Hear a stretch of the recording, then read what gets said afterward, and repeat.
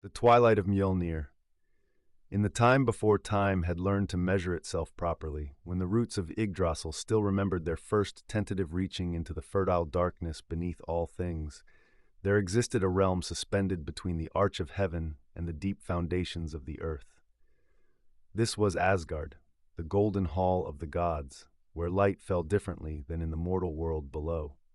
The illumination there did not arrive harshly or announce itself with sudden brilliance, but rather seeped into being like honey flowing from an ancient comb, thick and slow and impossibly sweet. The walls of that celestial fortress were constructed from stones that held within them the captured glow of 1,000 sunsets, and when the gentle wind moved across their surfaces, they hummed with a sound so low and constant that it became indistinguishable from silence itself. Within those hallowed walls, in a chamber whose dimensions seemed to shift subtly depending on the hour and the quality of light filtering through its high, narrow windows, there lived a goddess whose strength had become legend even among legends. Her name was Thor, and she was the keeper of storms, the guardian of the threshold between order and chaos, the one who stood eternal watch against the forces that would see all beautiful things ground into dust and scattered across the void. Her hair was the color of copper left to weather in the rain, shot through with threads of deeper russet and burnished gold, and it fell in heavy waves past her broad shoulders. Her eyes held the gray blue of the sky just before a tempest breaks, that particular shade of anticipation and power held in careful balance. But it was not her strength of limb or keenness of eye that truly defined her place among the divine inhabitants of Asgard. It was the hammer, Mjölnir. The name itself seemed to carry weight when spoken, seemed to press down slightly on the air and make it denser, more present. The hammer had been forged in ages past by the dwarf craftsmen Brokkr and Sindri, deep in their workshops beneath the mountains, where the heat of the world's first fires still burned in channels of molten stone. They had labored over it with a patience that would have seemed excessive even to the most meticulous of mortal artisans, checking and rechecking each angle, each curve, each rune carved into its surface, with tools whose edges had been sharpened on the scales of dragons and cooled in water drawn from springs that had never known the touch of sunlight.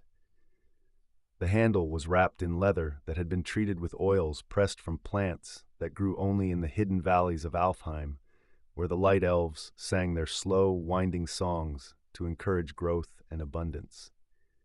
The leather had a texture like river stones worn smooth over countless centuries, and it fit into Thor's palm with such perfect conformity that when she held it, there was no separation between flesh and tool. They became a single thing, an extension of will and purpose made manifest in the physical world. The head of the hammer was forged from metal that had fallen from the sky in a time before memory, before even the gods themselves had taken their current forms. It was dense beyond imagining, heavy with the weight of distant stars collapsed in on themselves, and yet when Thor swung it, it moved through the air as though it weighed nothing at all, as though it were merely the idea of a hammer rather than the hammer itself. On the evening when our story truly begins, though to call it evening is perhaps insufficient, for in Asgard the division between day and night followed rhythms more complex than the simple rotation of a world beneath a sun, Thor had returned from the eastern borders of the divine realm. She had been walking the boundaries, as was her custom, checking the places where the fabric of reality grew thin, where things from the outer darkness might attempt to press through into the ordered world of light and form. It was exhausting work, not in the way that physical labor exhausts the body, but in the way that constant vigilance exhausts the spirit. There was a weariness that came from being always ready, always alert, always prepared to raise the hammer and defend the beautiful, fragile construction of meaning against the vast indifference of chaos. She had walked for what might have been days or weeks. Time moved strangely near the borders, sometimes flowing thick and slow as cold honey, other times rushing past in torrents that left one feeling unmoored and uncertain. The landscape in those liminal spaces was not quite stable. Trees grew and shed their leaves, and grew again in the span of hours. Stone faces emerged from cliff walls, their expressions shifting from joy to sorrow to contemplation and back again in slow cycles. The light itself seemed uncertain, unable to decide whether it was dawn or dusk, settling instead for a perpetual golden ambiguity that made long shadows stretch in every direction at once. But she had completed her circuit at last, and the great gate of Asgard had swung open before her with its familiar deep groan of ancient hinges. The sound was oddly comforting, a reminder of permanence and continuity in a cosmos where so much was fluid and uncertain. She had nodded to Heimdall, the watchman, whose station at the gate required him to stand in patient observation of all the worlds, his senses so acute that he could hear grass growing in Midgard and see the intentions forming in the minds of travelers while they were still many leagues distant. He had returned her nod with a slight inclination of his head, his golden armor catching the ambient light and throwing it back in soft scatters of warm brilliance. "The boundaries hold," Thor had said simply, her voice low and slightly rough from days of disuse. "As they have," Heimdall replied, his tone carrying the same measured cadence it always did, like water flowing over a predetermined course worn smooth over ages. "And as they will." It was a ritual exchange, comfort taken from repetition, from the knowledge that some things remained constant, even as the great wheel of existence turned through its vast cycles. Thor had continued inward then, walking the familiar streets of Asgard, where the buildings seemed to grow organically from the landscape rather than having been constructed upon it. The architecture followed no mortal logic, with towers that leaned at angles that should have been impossible, yet stood firm, and bridges that spanned distances too great for the eye to properly comprehend, yet could be crossed in a dozen easy steps. The citizens of that golden realm had greeted her as she passed, the Einherjar warriors who spent their days in practice combat and their evenings in feasting, the minor deities whose particular domains covered specific flowers or individual streams, the animals that walked and spoke with voices as clear and reasoned as any gods. A raven had landed on a post near her and tilted its head with that particular gesture of intelligence that ravens possess, that look that suggests they know more than they are saying, have seen more than they will reveal. "Munin," Thor had acknowledged, recognizing one of Odin's far-flying thought-gatherers. The raven had made a low clicking sound in its throat, a note of greeting and recognition. "The All-Father will want to hear of the boundaries," it had said, its voice carrying harmonics that suggested depths of meaning beyond the simple words. "Tomorrow," Thor had replied, feeling the weight of her long vigil settling into her bones. "Tonight I need only rest and silence and the familiar walls of my own hall." The raven had bobbed its head in understanding and taken flight again, its wings spreading wide and catching the air with that distinctive sound of feathers adjusting to resistance and lift. Thor had watched it spiral upward toward Odin's high seat, where the All-Father sat in his endless contemplation of past and future, present and possibility. Her own hall was called Bilskirnir, and it was the largest dwelling in Asgard, though not the most ornate. Where other structures favored decoration and elaborate detail, Bilskirnir was built on principles of strength and simplicity. Its beams were hewn from trees that had grown in the primordial forest before the first dawn, and their wood had a grain so deep and complex that one could lose oneself in following a single line as it wound and curved through the surface. The floor was laid with broad stones that fit together with such precision that no mortar was needed to bind them, each supporting the others in perfect equilibrium. The hall had 540 rooms, though Thor rarely used more than a handful of them. Most stood empty and quiet, their purposes forgotten or perhaps never determined, simply existing as potential spaces that might one day be needed for some gathering or council or celebration not yet imagined. She preferred a few particular chambers, the one where she took her meals, a modest room with a single long table and simple benches, the one where she maintained her armor and weapons, keeping them clean and functional with a methodical care that bordered on meditation, and her sleeping chamber, a circular room at the heart of the hall where the walls curved inward slightly as they rose, giving the space a quality almost like being inside a great drum. It was to this sleeping chamber that she had made her way on that particular evening, moving through the familiar corridors with the ease of long practice, not needing to think about the turnings and doorways, allowing her feet to carry her while her mind wandered through the events of her patrol. She had seen nothing troubling at the boundaries, nothing that suggested an immediate threat, but there had been a quality to the air in those liminal spaces, a tension or anticipation, as though the cosmos itself was drawing in a breath before speaking some word not yet formed. In her chamber, a fire burned low in the central hearth, kept alight by some art of the light elves that required neither fuel nor tending. It simply existed, a constant presence of warmth and gentle orange light that pushed back the darkness without overwhelming it. The flames moved in slow, hypnotic patterns, curling around themselves in ways that almost suggested shapes, faces, perhaps, or distant landscapes, or purely abstract forms that carried meaning without representing anything specific. Thor had removed her armor piece by piece, setting each item in its proper place. The gauntlets of iron that protected her forearms went on their stand by the eastern wall. The belt of strength that doubled her already formidable power hung from its peg on a beam overhead. The heavy boots that had carried her across countless realms were placed beside the door. Each removal was a ritual of unburdening, of setting down the responsibilities and readiness that defined her existence, if only for a few hours. But Mjölnir, the hammer, remained with her, as it always did. She had carried it to the bed, that great piece of furniture carved from a single enormous tree trunk, hollowed and shaped with tools that sang as they worked. The bed was covered in furs from beasts long extinct in the mortal world, their pelts retaining a softness and warmth that seemed almost alive, as though the animals that had worn them still existed somewhere in the threads, dreaming their slow, animal dreams of running beneath vast skies and stars. She had placed the hammer beside the bed, within easy reach, as was her custom. Even in sleep, even in the heart of Asgard, where she should have been safe from any threat, the hammer needed to be close.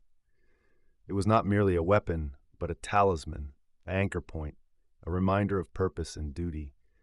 Its presence was reassuring in the way that a familiar landscape is reassuring, something known and understood in a world where so much remained mysterious and dangerous. Sleep had come slowly, as it often did after long periods of vigilance. Her mind had continued to turn over details from the patrol, analyzing and reanalyzing, looking for patterns or warnings she might have missed. But gradually, incrementally, the warmth of the fire and the softness of the furs and the deep, abiding silence of the hall had done their work. Her breathing had deepened and slowed. The grip of consciousness had loosened. She had slipped down into the realms of dream, where gods and mortals alike must go to process the endless input of existence, to sort memory from fantasy, fear from truth, hope from delusion. In her dreams, she had walked through a forest of silver trees whose leaves chimed softly when the wind moved through them. The sound was like distant bells or the ringing of fine crystal struck with a careful hand. The path beneath her feet had been soft with moss that glowed faintly with its own internal light, marking the way forward through the strange geometry of the dream landscape. She had felt peaceful there, unburdened, with none of the responsibility that defined her waking hours. Just a woman walking through a beautiful wood, listening to the music of the leaves, watching the way light filtered down through the canopy in slanting beams of silver and gold.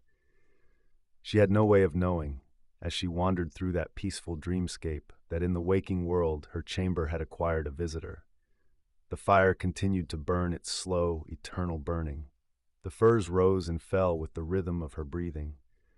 The walls stood firm and unchanging in their circular arrangement. But near the bed, in the space where she had placed Mjölnir before surrendering to sleep, a shadow had begun to form. It was not the ordinary shadow cast by an object blocking light. This was something more substantial, more purposeful. It gathered itself slowly, drawing in the ambient darkness from the corners of the room, accumulating mass and presence without making any sound that might disturb the sleeper.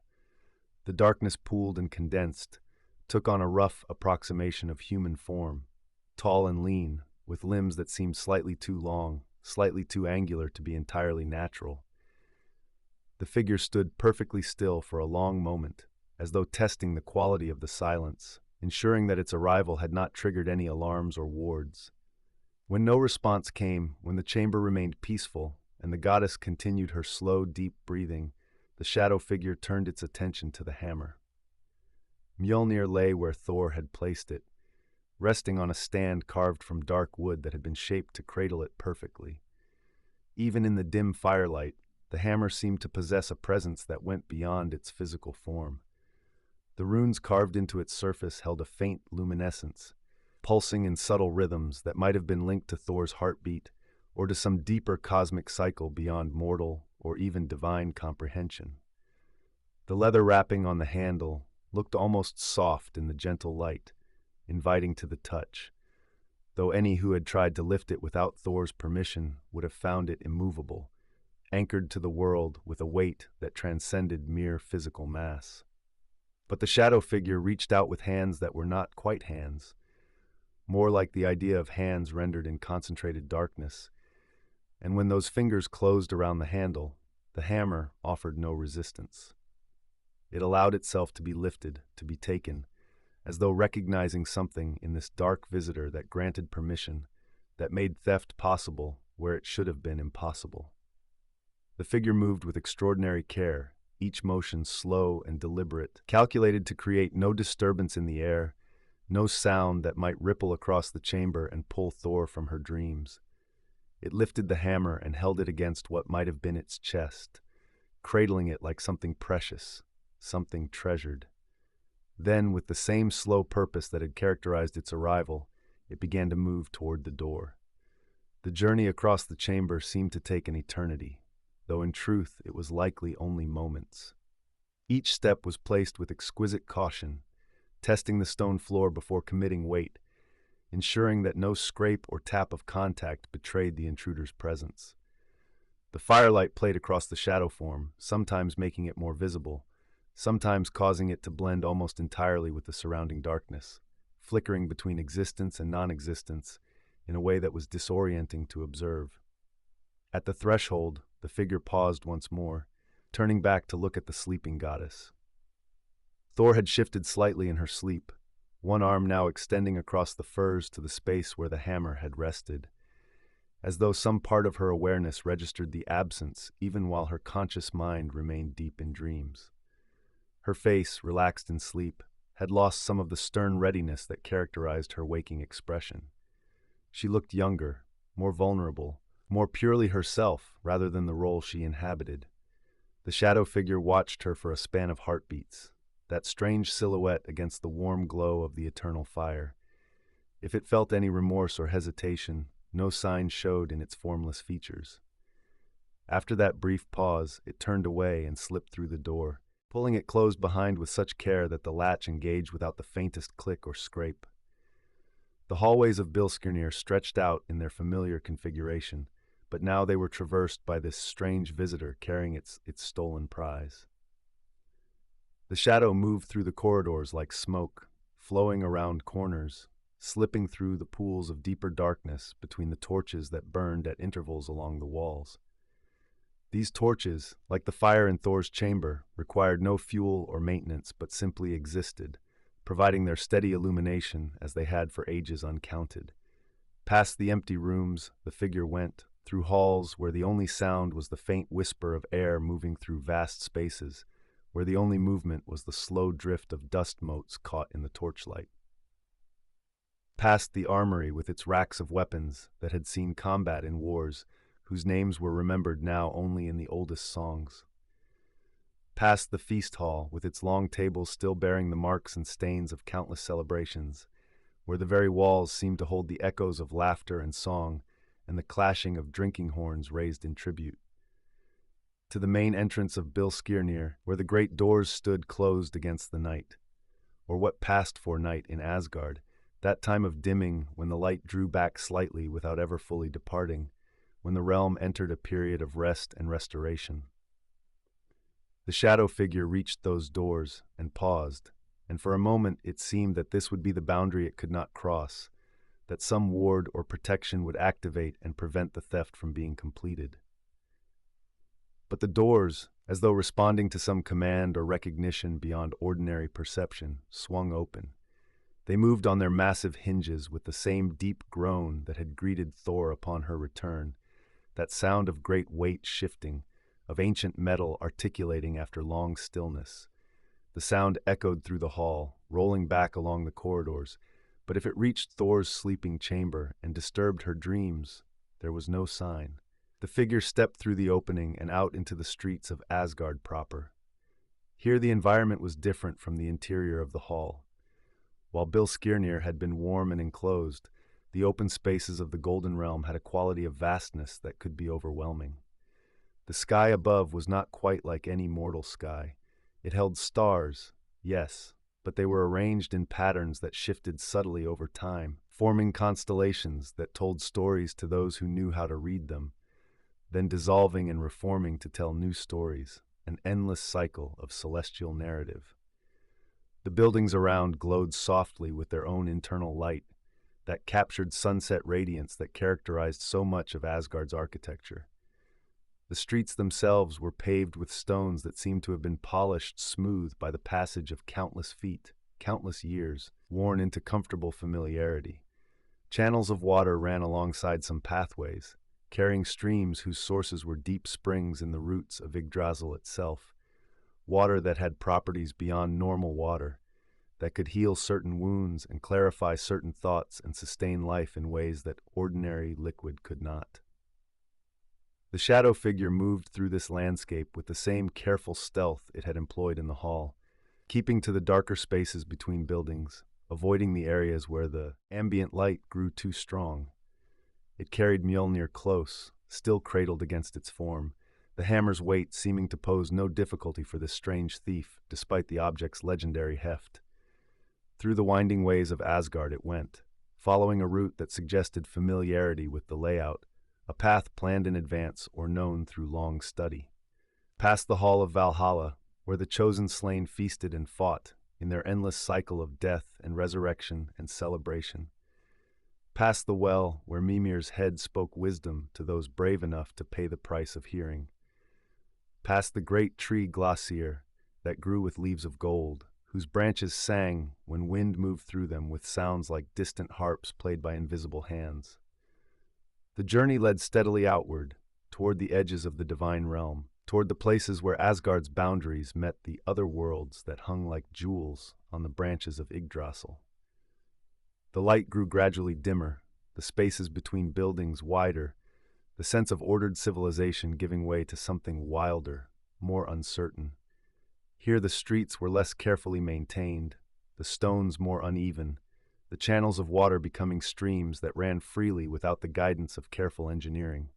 At last, the figure came to a place where the landscape changed more dramatically. The ground began to slope downward, and the architecture gave way entirely to raw earth and stone. This was one of the crossing points, one of the places where the boundaries between realms grew thin enough that passage was possible for those who knew the ways and had the will to traverse them. A path led down into a kind of ravine, its sides rising steep on either hand, blocking out most of the ambient light from Asgard proper.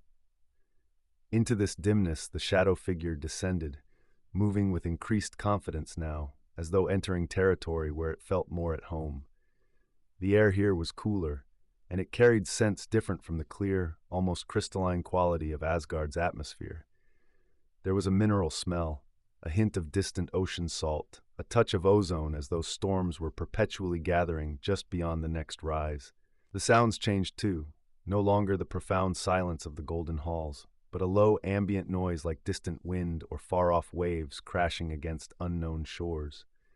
The path wound down and down, following curves that seemed almost deliberately disorienting, as though the way itself was designed to confuse and misdirect anyone who did not have an absolutely clear sense of purpose and direction. The walls of the ravine were striated with layers of different colored stone, gray and rust and deep purple and black, each layer representing some epoch of formation, some age when different forces had shaped the matter of existence into new configurations. The shadow figure navigated these turnings without hesitation, descending steadily until the ravine opened out into a broader space. This was clearly no longer Asgard. The quality of reality here was different, less refined, more primal. The sky, when it became visible above the ravine walls, was darker, marked by clouds that roiled and churned in slow, ponderous movements, suggesting weather systems of vast scale and power. This was Jotunheim, the land of giants, the realm of frost and stone and ancient enmities. The landscape stretched out in a vista of dramatic contrasts, mountains sharp as broken teeth rising against the troubled sky, valleys carved deep by glaciers that moved with the patience of geological time, rivers of ice that flowed in currents slower than the growth of forests, but more powerful than any mere water could be. The figure paused at the boundary, at the place where the stone of the path from Asgard met the frost-rimed ground of this harsher realm. And then, as though in response to some unspoken signal, or simply the change in environment, the shadow began to dissolve. The formless darkness that had served as concealment and camouflage in Asgard's golden light now peeled away, revealing the being that had been hidden within. He was tall, extraordinarily so, and painfully thin, with joints that seemed oversized and slightly misaligned, as though his body had been assembled according to different principles than those that governed normal humanoid form. His skin had a bluish-gray cast, the color of ice in deep caves where no light penetrates. His face was angular, all sharp planes and edges, with eyes that glowed faintly with an inner light somewhere between green and yellow, the color of certain poisons or certain gems found deep underground. This was Thrym, lord of the frost giants, ruler of the frozen wastes of Jotunheim, and one of the oldest adversaries of the gods of Asgard.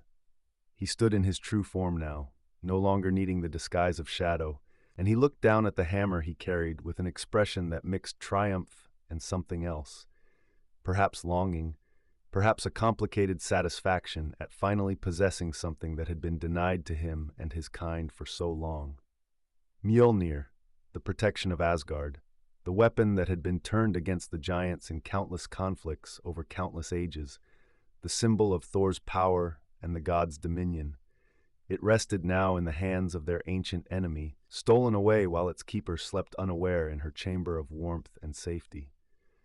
Thrym lifted the hammer higher, examining it in the dim light of Jotunheim's perpetual twilight, turning it to see how the runes caught what little illumination existed in this cold realm. "So," he said, his voice like grinding ice flows, like the crack of frost-split stone echoing through empty valleys, "at last we meet properly, you and I, not as enemies in battle, but as possessor and possession. How different you seem when you are not being swung at my head."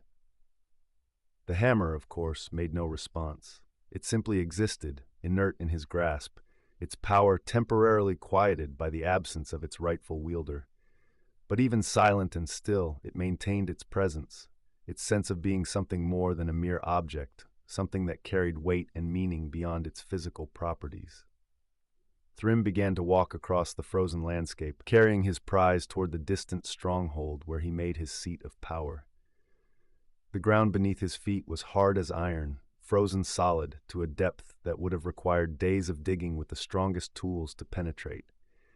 His breath plumed in white clouds before him, though the cold that would have killed a mortal in moments seemed not to affect him at all.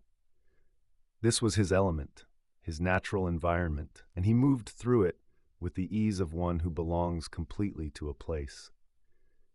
The path led across a plain of ice that reflected the sky above like an enormous mirror, creating a disorienting effect where heaven and earth seemed to merge, where walking across the surface felt like moving through infinite space with no certain up or down.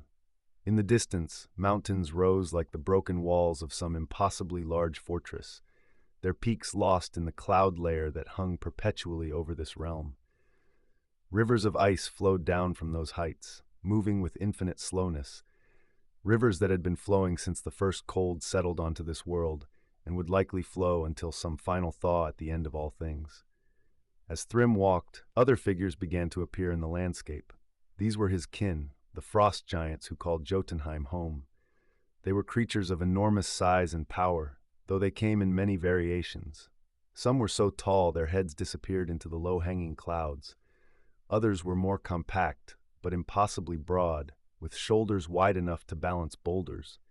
Some had skin of pure white like fresh snow, others the deep blue of ancient ice, still others striated with patterns of frost like the windows of mortal homes on the coldest winter mornings. They regarded Thrym and his burden with expressions of recognition and something that might have been awe. Words seemed to travel through their ranks without speech, communicated through glances and small gestures, a ripple of awareness spreading outward from the Lord's passage. The giants fell into formation behind him, creating a procession that grew larger as he moved closer to his stronghold, until dozens of the huge beings were following in his wake, a silent parade of witnesses to this historic moment. The stronghold itself was carved into and out of an entire mountain. It had not been built in the way mortals build, with individual stones placed one atop another, but rather hewn from the living rock and ice of the mountain itself, shaped through unimaginable effort and time into a habitable space. The walls were smooth ice polished to a finish like glass, within which could be seen bubbles and imperfections that caught the light in strange ways, sometimes seeming to show images or scenes from other times and places. The gates were massive slabs of stone bound with metal that had been forged in the deep places where Jotunheim's cold met the residual heat of the world's formation, creating temperatures and pressures that could work materials no surface smith could touch. These gates swung open at Thrym's approach, pulled back by giants whose sole task was apparently to serve as gatekeepers. The sound of their movement was like thunder, deep and rolling, echoing out across the frozen plains and causing small cascades of ice crystals to fall from nearby cliffs and formations. The procession moved through into a vast courtyard where more giants had gathered, hundreds of them now, all assembled to witness their lord's return with his impossible prize. Thrym raised Mjölnir above his head, displaying it to the assembled multitude. A sound went up from them, not quite a cheer, not quite a roar, but something between the two, a vocalization of deep satisfaction and vindication. For ages beyond counting they had faced this hammer in battle, had seen their kin struck down by its power, had been driven back time and again from their attempts to expand into the other realms by the goddess who wielded it. And now here it was, removed from her grasp, held high in the hand of their own lord. "Behold!" Thrym called out, his voice carrying across the courtyard and echoing from the ice walls. The strength of Asgard separated from its keeper, the thunder weapon silenced, the defender of the Golden Realm removed from its place. The giants responded with another of those deep, rumbling vocalizations, a sound that seemed to come from the very foundations of the mountains, from the bedrock beneath the ice. They began to strike the ground with their fists or with massive clubs they carried, creating a rhythm that pulsed through the earth, a drumbeat of triumph that marked this moment as one of significance, one that would be remembered in the long chronicles of their kind. Thrym allowed the demonstration to continue for a while, basking in the acknowledgement of his achievement. Then he raised one hand for silence, and the noise subsided, the giants falling back into their deep, patient quiet. He lowered the hammer and cradled it again against his chest, and his expression shifted from triumph to something more calculated, more thoughtful. "But we must be wise in our moment of victory," he said, his voice carrying clearly across the assembled crowd. "The gods will discover the theft come morning. Thor will wake and find her precious weapon gone. And when that happens, there will be a reckoning such as has not been seen in many ages. They will come seeking what was taken. They will demand its return, and we must be ready with our answer." He turned then and made his way into the stronghold proper, leaving the gathered giants to their celebrations and speculations. The interior corridors were dimly lit by a luminescence that seemed to come from the ice itself, a cold blue glow that provided just enough light to navigate by, but left much in shadow. The halls were vast and largely empty, built on a scale appropriate to giants, but leaving the spaces feeling somehow hollow, as though waiting to be filled with some purpose or population that had never quite materialized. Thrym walked to his throne room, a chamber at the heart of the stronghold where the ice walls rose up to form a dome high overhead. The dome was carved with scenes from the ancient days, the formation of the worlds from the body of the giant Ymir, the creation of the gods and their subsequent wars against the giant kind, the building of Asgard and the establishment of the order that the gods claimed to maintain. All of it depicted from the giant's perspective, showing a narrative of displacement and resistance, of a people pushed to the margins of creation by newcomers who claimed divine right to rule. The throne itself was a massive chair carved from a single block of blue-black ice that seemed to hold depths within it, as though one could fall into its surface and tumble through strange frozen dimensions. Thrym settled into it, the ice neither cold nor uncomfortable to him, and placed Mjölnir across his lap. He sat there in the dim glow, studying the hammer, running his fingers along the runes, feeling the weight of it, the density, the concentrated power held in physical form.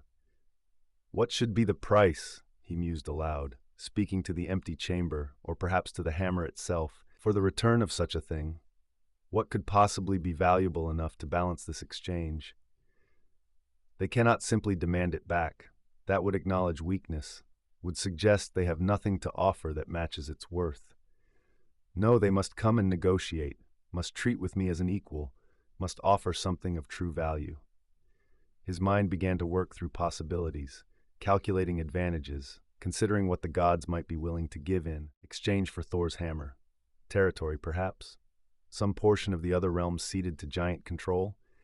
Tribute of goods or resources? Ancient grudges set aside, old wounds formally declared healed? The possibilities were numerous, but Thrym found himself dissatisfied with all of them. Material concerns felt somehow insufficient, too small for the magnitude of what he had achieved. And then, slowly, a different thought began to form. It was audacious, perhaps even impossible, but it had a symmetry that appealed to something in his ancient mind. Not territory or treasure, but something far more precious, something the gods would balk at surrendering, but which they might, under the right pressure, be forced to consider. A slow smile spread across Thrym's angular features, an expression that held no warmth but considerable satisfaction. He continued to sit there, cradling the stolen hammer, as the dim blue light played across the ice walls and the hours of Jotunheim's long twilight stretched onward in their slow progression toward whatever passed for dawn in that frozen realm. Meanwhile, far away across the boundary of worlds, in the golden halls of Asgard, Thor continued to sleep, her rest still deep and undisturbed. The fire in her chamber burned its eternal burning. The firs rose and fell with her breathing. The walls stood firm in their perfect circle. But the space beside her bed, where Mjölnir should have rested, remained empty, and that emptiness was like a wound in the fabric of things, an absence that would soon make itself known in ways that would ripple out across all the realms of existence. The night wore on.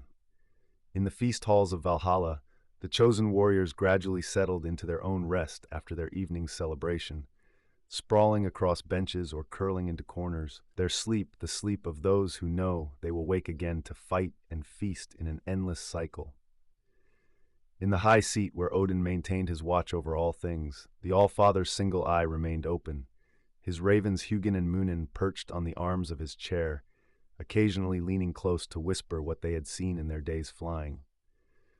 But even Odin's far-seeing gaze had blind spots, places where his vision could not penetrate, and the theft of Mjölnir had occurred in one such gap in his awareness.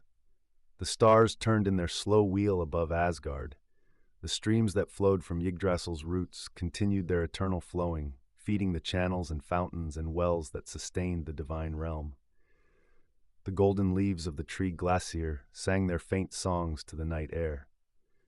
The sentries at various posts maintained their vigilance, watching the boundaries and the gates, seeing nothing amiss, no sign of intrusion or disturbance that would warrant alarm. In this way, the hours passed. The stolen hammer rested in Thrym's stronghold, separated from its keeper by the width of worlds. The frost giants celebrated in their way, drinking from horns of fermented substances that could intoxicate even their massive forms, telling tales of ancient victories and imagining futures where they might reclaim some of what had been lost in the long wars with the gods. The ice walls of Jotunheim held firm against the perpetual cold, and the glaciers continued their infinitely slow grinding progress across the landscape, indifferent to the dramas of giants and gods alike. And then, finally, in that mysterious way that sleep eventually releases its hold, Thor began to rise toward aching consciousness. It was not a sudden emergence, not a jarring transition from dream to wakefulness, but rather a gradual surfacing, like a diver ascending slowly through layers of water from darkness toward light. The dreams released their hold reluctantly, image by image, sensation by sensation, the silver forest fading, the chiming leaves growing quieter, the luminous moss dimming until it was only a memory of a memory. Her breathing changed first, becoming less deep, less regular, taking on the slightly uneven quality that marks the boundary between sleep and waking. Then her fingers moved, curling and uncurling against the furs, testing sensation, re-establishing connection with the physical form. Her eyelids fluttered but did not yet open, still holding on to the last vestiges of rest, postponing for just a few moments more the return to duty and awareness and responsibility. The chamber around her remained as it had been, the fire burning its changeless burning, the walls curved in their perfect circle, the soft glow of early light beginning to filter through the high windows where the sky was transitioning from its deep twilight to something approaching day. Everything was as it should be, peaceful and familiar and safe. Yet something registered at the edges of her awareness, something not quite right, a discordance so subtle it existed more as a feeling than a fact. Thor's eyes opened at last. She lay still for a moment, gazing up at the domed ceiling above her bed where shadows played in gentle patterns cast by the firelight. Her mind was still partially wrapped in the fog of sleep, moving slowly, processing information in that unhurried way of early waking. She became aware of the warmth of the furs against her skin, the solid presence of the bed beneath her, the familiar scent of the chamber with its mixture of smoke and old wood, and the faint mineral smell of the stones. She turned her head slightly, and her gaze fell on the stand beside the bed. The stand was there, carved dark wood shaped to cradle, to support, to hold safe. But it was empty. For a span of several heartbeats, Thor simply looked at the empty stand, her mind not yet fully grasping what her eyes were showing her. It was as though the information was arriving but could not be properly processed, like a message written in a language almost but not quite understood. The stand was empty. Mjölnir was not there. The hammer was gone. She sat up slowly, the furs falling away from her shoulders. Her hand reached out to the stand, touching the wood where the hammer should have rested, as though perhaps it had become invisible rather than absent, as though touch might confirm what sight insisted was true. But her fingers found only the smooth carved surface, empty and cool. A feeling began to build in her chest, something between confusion and the first stirrings of alarm. She looked around the chamber, thinking perhaps she had moved the hammer in her sleep, perhaps placed it somewhere else without remembering. Her eyes scanned the room methodically, the hearth with its eternal flame, the stands holding her armor, the simple furniture, the walls with their perfect curve. No hammer. Nowhere in the chamber could she see the familiar shape, the reassuring presence of Mjölnir. Thor rose from the bed, her movements still carrying some of the slowness of sleep, but becoming more purposeful. She walked barefoot across the stone floor, the chill of it helping to sharpen her awareness, to burn away the last remnants of drowsiness. She checked the corners of the room, behind the furniture, places where it made no sense for the hammer to be, but which she checked nonetheless, driven by a growing need to account for its absence with some reasonable explanation. She moved to the armor stand and ran her hands over the gauntlets, the belt, the boots, all present, all in their proper places. Only Mjölnir was missing. Only the one thing that should never be absent, the one thing that she kept close even in sleep, had somehow vanished while she lay unaware. The implications began to settle over her like a slowly descending weight. The hammer had not simply been misplaced. It could not have wandered away on its own. Someone had taken it. Someone had entered her chamber while she slept and removed the weapon that was both her primary defense and the symbol of her role as protector of Asgard. The violation of it, the audacity required to even attempt such a theft, was staggering. Thor stood very still in the center of the chamber, her mind now fully awake and moving through possibilities with rapid precision. Who could have done this? Who would dare? The hammer was bound to her by laws deeper than mere possession. It should have been impossible for another to lift it, to carry it away. Only someone with enormous power or knowledge of very specific and ancient magics could have circumvented those protections. She began to dress, pulling on her clothes with methodical care despite the urgency beginning to build within her. Training and discipline held firm. There was no value in rushing out half-prepared, no advantage in allowing emotion to override judgment. She donned her armor piece by piece, each item settling into its familiar position. The gauntlets over her forearms, the belt around her waist, the boots that had carried her across realms. But without Mjölnir, the ensemble felt incomplete, like a sentence cut off before its final word. When she was fully dressed and armed with smaller weapons, a knife at her belt, another in her boot, she moved to the door of the chamber and pulled it open. The hallway beyond was quiet, unchanged, showing no signs of disturbance. The torches burned in their brackets, casting their steady light. The floor was unmarked, holding no footprints or traces that might indicate who had passed this way in the night. She made her way through Mjölnir with increasing speed, no longer moving with the slowness of sleep or careful preparation, but striding with purpose through the familiar corridors. Her mind was already working ahead to what must be done. The All-Father must be told. The theft must be investigated. Every resource of Asgard would need to be brought to bear on recovering the hammer and identifying the thief. The main doors of the hall stood closed, but when she approached them, they swung open at her touch, moving on their great hinges with that deep groan of ancient mechanism.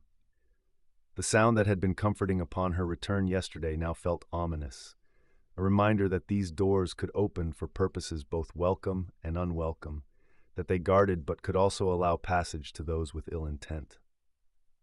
Outside, Asgard was beginning to wake. The light had strengthened, taking on more of the quality of day, though it remained soft and golden rather than the harsh brightness of full sun. The buildings glowed with their internal radiance. The streets lay peaceful and orderly. The channels of water ran their courses with musical murmuring. Everything appeared normal, undisturbed, as though nothing of significance had occurred in the night. But Thor knew better. She could feel the wrongness of it, the absence of Mjölnir like a missing limb, a phantom weight that should have been at her side or in her hand. She began walking toward the center of Asgard, toward the high seat where Odin maintained his eternal watch. Other figures began to appear in the streets, minor gods beginning their daily routines, and Herjar warriors heading toward practice grounds, animals and spirits that made their homes in the Golden Realm going about their various purposes.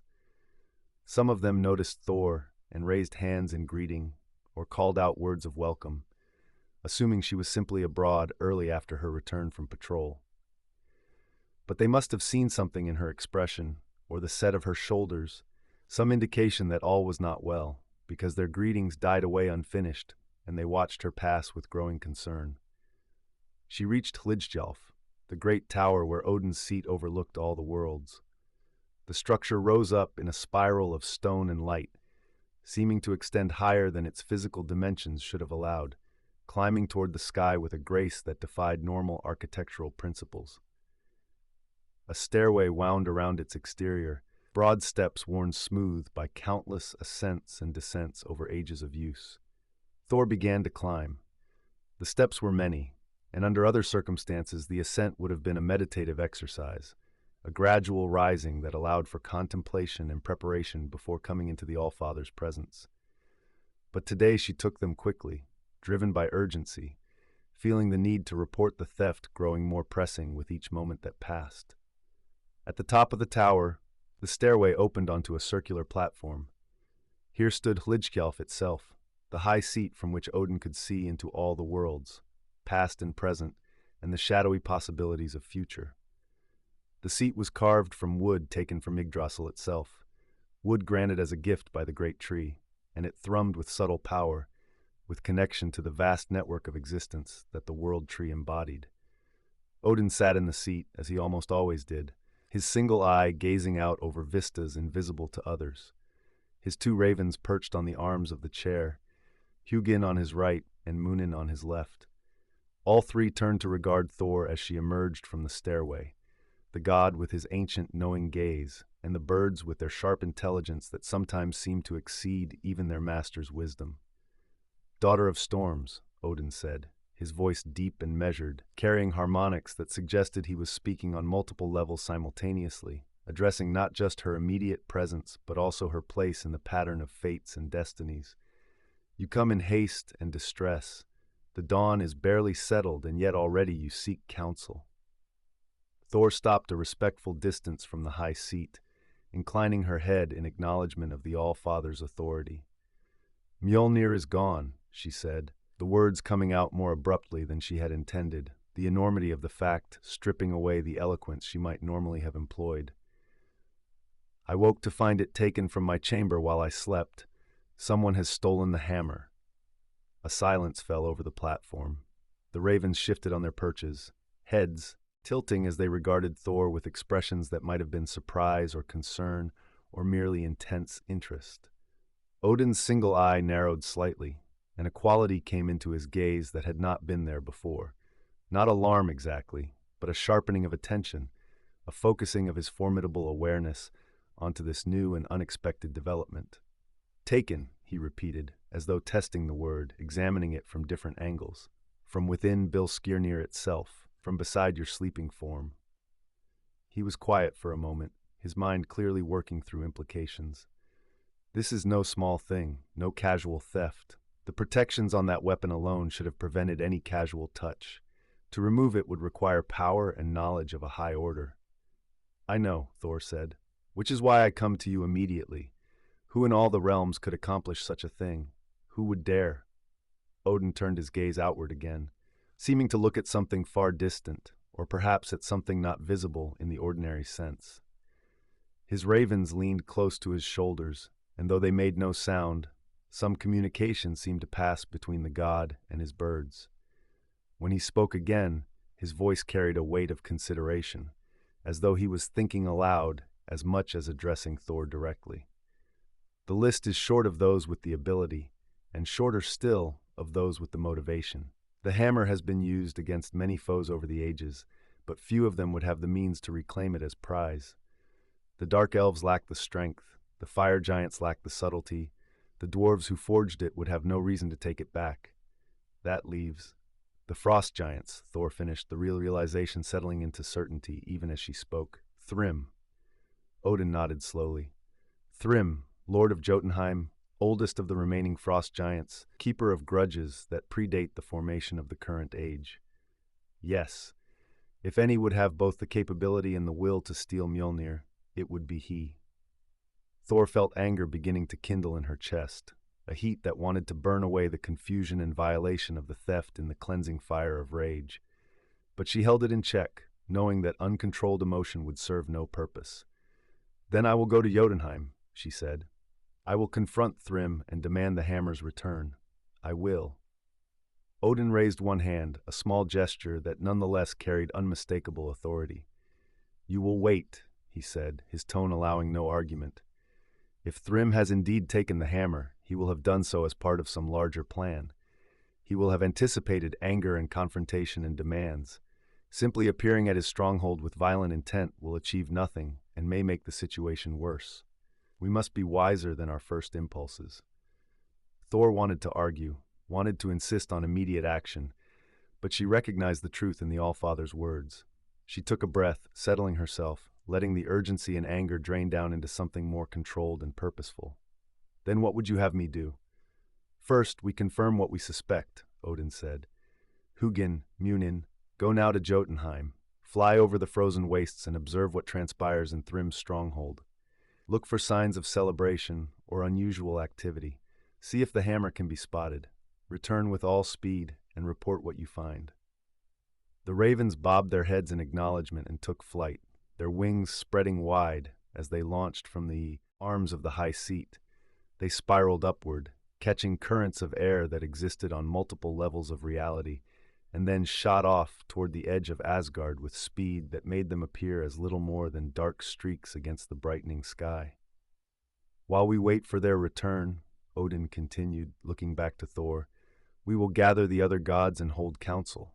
This theft affects not only you, but all of Asgard. The hammer is our primary defense against incursions from the outer realms. Without it, we are more vulnerable than we have been in ages. Everyone must be made aware and preparations begun for whatever comes next."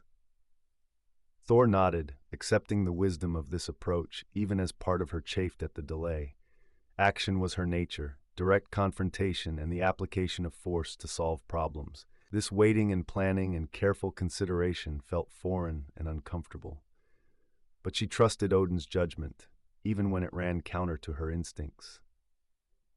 Together they descended from Hlidskjalf, making their way back down the winding stairs to the streets of Asgard below. Word of Thor's agitation had apparently already begun to spread, because as they walked toward the great hall where councils were held, other gods began to emerge from their dwellings and join the procession. They came in twos and threes, their expressions carrying mixtures of curiosity and concern. Heimdall arrived from his post at the gate, his golden armor catching the light and throwing it back in brilliant reflections. His face showed rare bewilderment. As the watchman who saw all comings and goings, the fact that a theft had occurred under his vigilance was deeply troubling. "I saw nothing," he said quietly to Thor as they walked. "No passage through the gate in the night, no movement that would have indicated intrusion. How is this possible?" "We believe the thief came and left by other paths," Thor replied. "Ways that perhaps do not pass through the main gate, routes known to those who dwell in the spaces between realms." Freya joined them, the goddess of beauty and magic, her presence carrying its own kind of gravity. She wore robes that seemed to shift color as she moved, now gold, now green, now the blue of summer sky. Her face was troubled. "I felt something in the night," she said. "A disturbance in the fabric of protections around Asgard, so subtle I almost dismissed it as imagination. Now I wonder if it was the moment of the theft, the displacement Mjölnir being removed from where it belonged." Others arrived. Tyr with his missing hand, sacrifice made to bind the great wolf Fenrir, Bragi whose songs could move even stones to tears, Idun who kept the apples of youth that maintained the gods' vitality, Forseti who judged disputes with perfect impartiality. They gathered in small groups, talking in low voices, the usual ease and confidence of the divine assembly replaced by an atmosphere of uncertainty and concern. The great hall where councils were held was a building of particular magnificence, even among the wonders of Asgard. Its doors were worked with intricate carvings showing the history of the world from creation through the various ages to the present day and beyond, into prophecies of what might yet come. The hall's interior was vast, with a ceiling that seemed impossibly high, supported by columns carved from single trees that had grown in the primordial forest before the first sunrise. Light filtered down from windows placed at various heights, creating a gentle illumination that left no harsh shadows, but allowed every corner to be clearly seen. A great table dominated the center of the hall, round so that no position could claim precedence over any other, its surface polished to a mirror finish that reflected the faces of those who gathered around it. The gods took their places gradually, settling into seats that they had occupied for countless councils over countless ages. The familiarity of the ritual was comforting even in the midst of crisis, a reminder that they had faced challenges before and endured, that this too would be met and overcome. When all had assembled, Odin stood at his place and the hall fell silent. The All-Father's presence commanded attention without need for raised voice or dramatic gesture. He simply stood and looked around the circle, his single eye meeting the gaze of each god in turn, acknowledging their presence and their importance to what would follow. "You have been summoned because a crisis has come upon us," he began, his voice carrying clearly through the hall's perfect acoustics. "In the night, while we slept in our supposed safety, Mjölnir was stolen from Thor's chamber.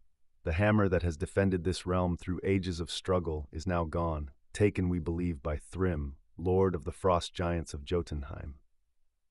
A murmur ran around the table, voices expressing shock and dismay and anger. Odin let it continue for a moment, then raised his hand and silence returned. "I have sent Hugin and Munin to confirm our suspicions," he continued. "They will return soon with intelligence of what transpires in the frozen realm. But regardless of who has taken the hammer, the fact remains that we are now without our primary defense. We must consider what this means and how we should respond. Tyr was the first to speak, his voice firm and decisive as befitted the god of war and justice. If Thrym has taken the hammer, then we must demand its return. We cannot allow such an insult to stand, cannot permit our strength to be diminished by theft. I say we march to Jotunheim in force and reclaim what is ours. Several voices rose in agreement, but Freya shook her head. Force is not always the answer, she said. If Thrym has gone to such lengths to acquire Mjölnir, he will have prepared defenses against exactly the response you suggest. We might arrive at his stronghold only to find ourselves at disadvantage, and without the hammer, our ability to simply overwhelm giant resistance is much reduced. Then what do you propose? Tyr asked, frustration evident in his tone. That we simply ask politely for its return? Perhaps, Freya said calmly. Or rather, that we learn what Thrym wants in exchange for the hammer. All thefts are ultimately about leverage, something taken to force some concession or gain some advantage. If we understand what he hopes to achieve, we can better formulate our response. Heimdall nodded slowly. There is wisdom in that. Thrym is ancient and cunning. He would not have taken such risk without clear purpose. We should at least hear what terms he might propose before committing to a course that might make recovery of the hammer more difficult. The debate continued, voices rising and falling around the table as different perspectives were offered and considered. Some argued for immediate military action, massing the forces of Asgard and marching on Jotunheim to reclaim the hammer by force. Others counseled patience and diplomacy, suggesting that emissaries be sent to negotiate. Still others proposed more creative solutions. Perhaps magical means could be employed to locate the hammer and transport it back to Asgard, or perhaps allies in other realms might be enlisted to help apply pressure on Thrym from multiple directions. Thor sat and listened to it all, her jaw tight with the effort of remaining still and silent. Part of her wanted to override all these careful deliberations, to simply leave the council and go alone to Jotunheim, to find Thrym and beat the location of her hammer out of him if necessary. But she recognized that such action would be foolish, driven by emotion rather than strategy. The gods around this table were her family, her allies, her companions through ages of existence. They deserved to be heard, and their counsel deserved serious consideration, even when it ran counter to her instincts. As the discussion continued, a flutter of wings announced the return of the ravens. Hugin and Munin flew in through one of the high windows and circled the hall before coming to rest on the back of Odin's chair. They were breathing hard from the speed of their flight, their feathers slightly ruffled, and there was an intensity in their eyes that suggested they brought news of significance. Odin turned his head to listen as first Hugin, then Munin, spoke in low voices that nevertheless carried to all assembled. They reported what they had seen, the celebration in Thrym's stronghold, the gathered frost giants, and most significantly, Mjölnir itself displayed openly in the giant lord's throne room, resting on a stand of ice where all could see it as symbol of his triumph. So it is confirmed, Odin said heavily. Thrym has the hammer and makes no attempt to hide the fact. Indeed, he seems to be celebrating openly, which suggests he feels secure in his possession of it. Then we must act now, Tyr said, before he has time to study it, to learn its secrets, or find ways to turn its power against us. But before the debate could resume, Munin spoke again, and what he said brought a new quality of silence to the hall. Thrym sent a message, the raven said. He knew we would come, knew the All-Father would send his eyes to see. He bade us return with specific words for the gods of Asgard. And those words are? Odin asked quietly. He will return the hammer, Munin said, but only in exchange for a price. He demands the hand of Freya in marriage. The goddess of beauty is to be his bride, and the wedding is to take place in Jotunheim with all proper ceremony. Only then, he says, will Mjölnir be returned to its rightful keeper. The silence that followed this pronouncement was profound and absolute. Every eye turned to Freya, who sat very still, her face showing no emotion, though her hands where they rested on the table had gone white at the knuckles. The audacity of the demand was staggering, not treasure or territory or even formal peace, but a goddess herself, given in marriage to the ancient enemy of her kind. Thor felt something like ice forming in her chest. This was worse than she had imagined, worse than any scenario she had considered. Not because Freya would actually be forced into such a marriage. That was unthinkable, but because it revealed just how calculating Thrym had been. He had chosen a demand he knew they could not accept, yet one that would make them look unreasonable if they refused. How could the recovery of a weapon, however important, be worth more than the freedom and dignity of one of their own? It was a trap, elegant in its simplicity. Accept and lose Freya to an unwanted union with their enemy. Refuse and appear to value a tool more than a person, while also remaining without the hammer's protection.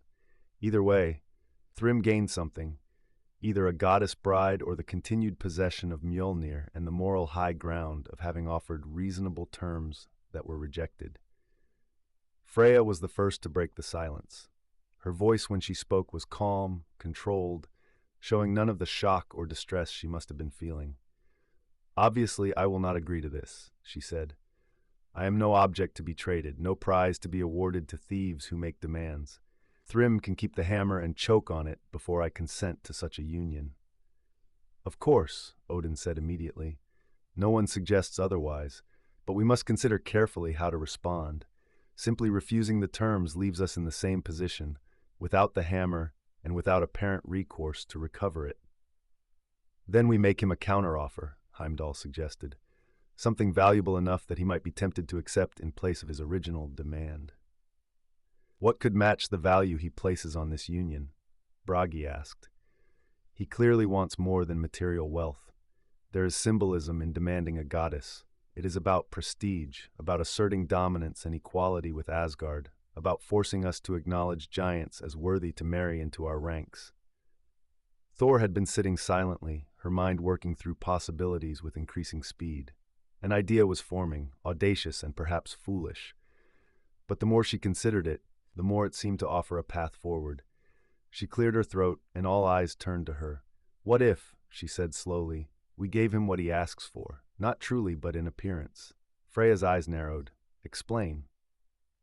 "Thrym wants a goddess bride as symbol of Asgard's acknowledgement of giant worth," Thor said. "He wants the ceremony, the ritual, the public union that would elevate his status. But does he truly know Freya personally?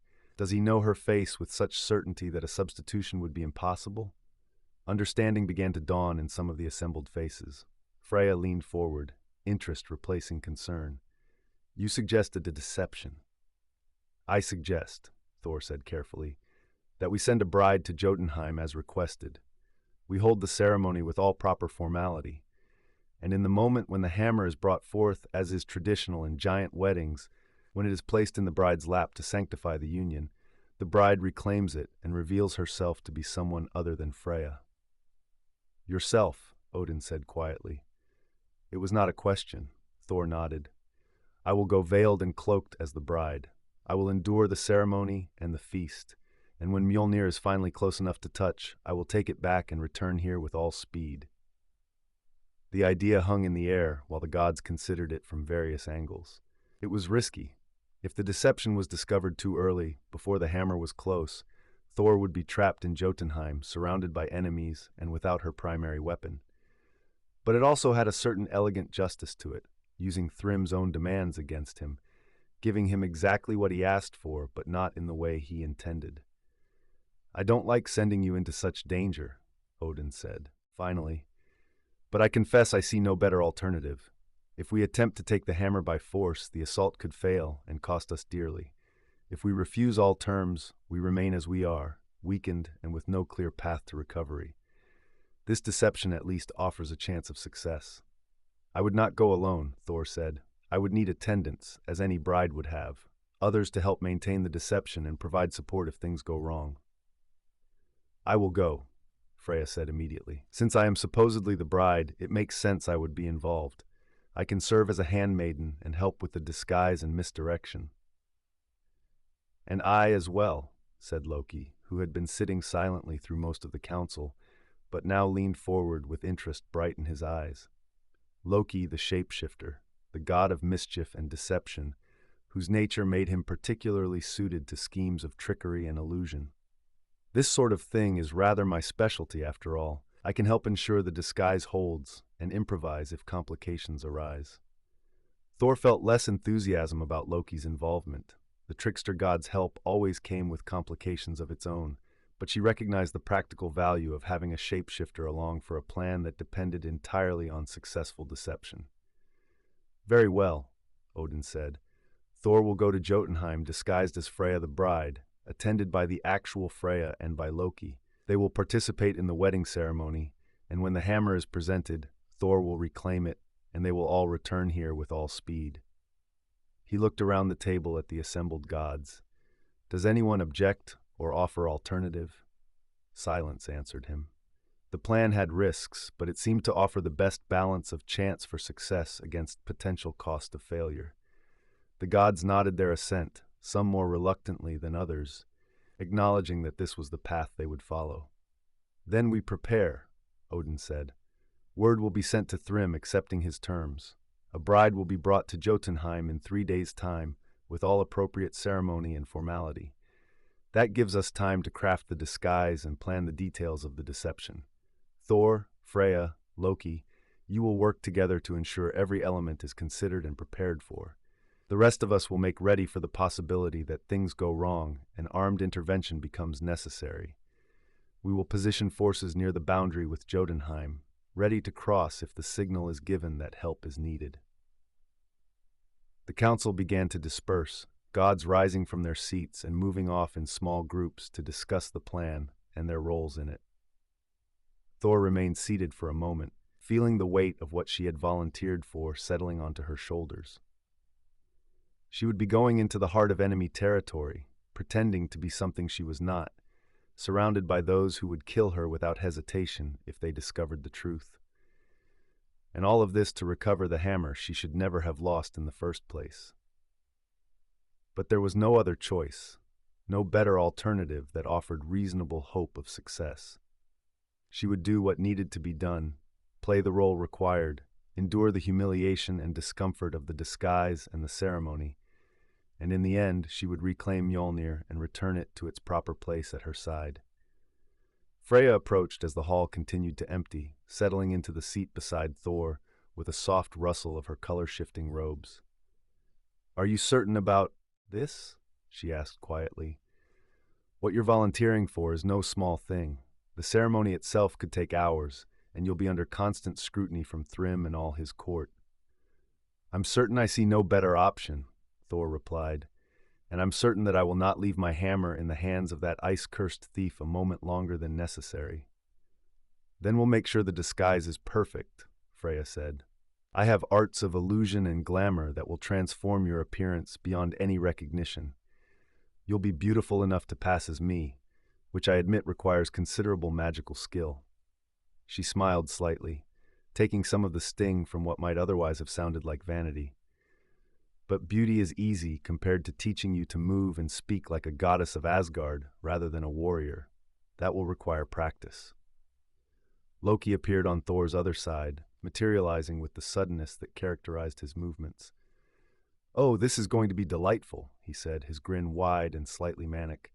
The mighty Thor in bridal veils, mincing and giggling and batting her eyes at frost giants. "I may actually die of joy before we even leave Asgard." Thor turned a flat look on him. "Your enthusiasm is noted. Try to remember that if this fails, we'll all be dying, though probably not of joy." "Details, details," Loki said with a wave of his hand. "Have some faith. Deception is what I do best, and this is shaping up to be one of my finest works. By the time we're done, you'll make such a convincing bride that Thrym will be composing love poetry about your grace and delicacy." Despite everything, Thor felt a small smile tug at the corner of her mouth.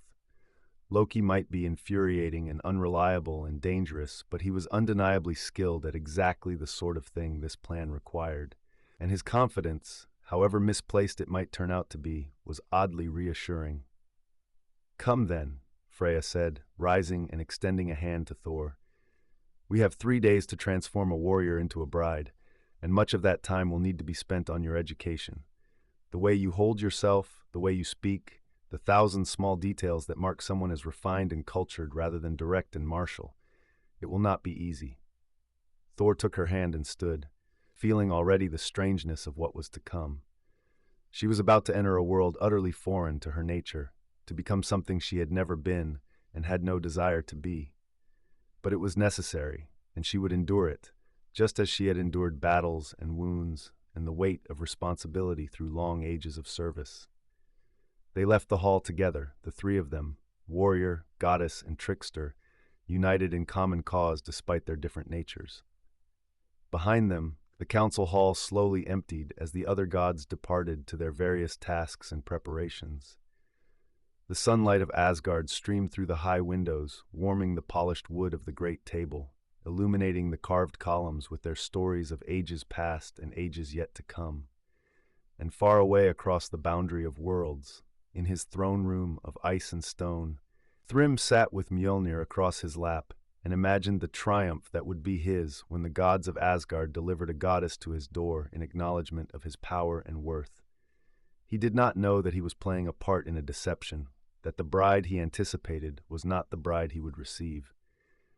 He simply sat in satisfaction, secure in his victory, and waited for the 3 days to pass. The preparation began immediately. Freya brought Thor to her own hall, a building of grace and beauty that made even the wonders of Mjölnir seem austere by comparison. Here every surface was worked with elaborate decoration, every corner held some object of beauty or power, every room was designed to please the eye and soothe the spirit. They entered a chamber devoted entirely to the arts of appearance and transformation, where mirrors lined the walls and tables held countless jars and bottles and boxes containing cosmetics and unguents and tools whose purposes Thor could only guess at. "Sit," Freya commanded, gesturing to a chair positioned before a particularly large mirror. Thor sat, feeling awkward and out of place, and looked at her reflection, a strong face, tanned by weather, and marked by the habitual expressions of determination and alertness, framed by copper-red hair that she normally wore pulled back in simple braids for practicality. Freya walked slowly around her, examining her from all angles with the critical eye of an artist assessing a piece of raw material. "Well," she said at last, "we have good bones to work with, at least. And your hair is actually quite beautiful when not hidden away in those severe styles you favor." She began to pull the braids loose, letting Thor's hair fall free around her shoulders in waves of russet and gold. "Better, much better. Now we begin." What followed were 3 days that Thor would remember with a mixture of discomfort and reluctant appreciation for the rest of her existence. Freya proved to be a patient but exacting teacher, drilling Thor in the subtle arts of feminine presentation as they were understood in Asgard's courts.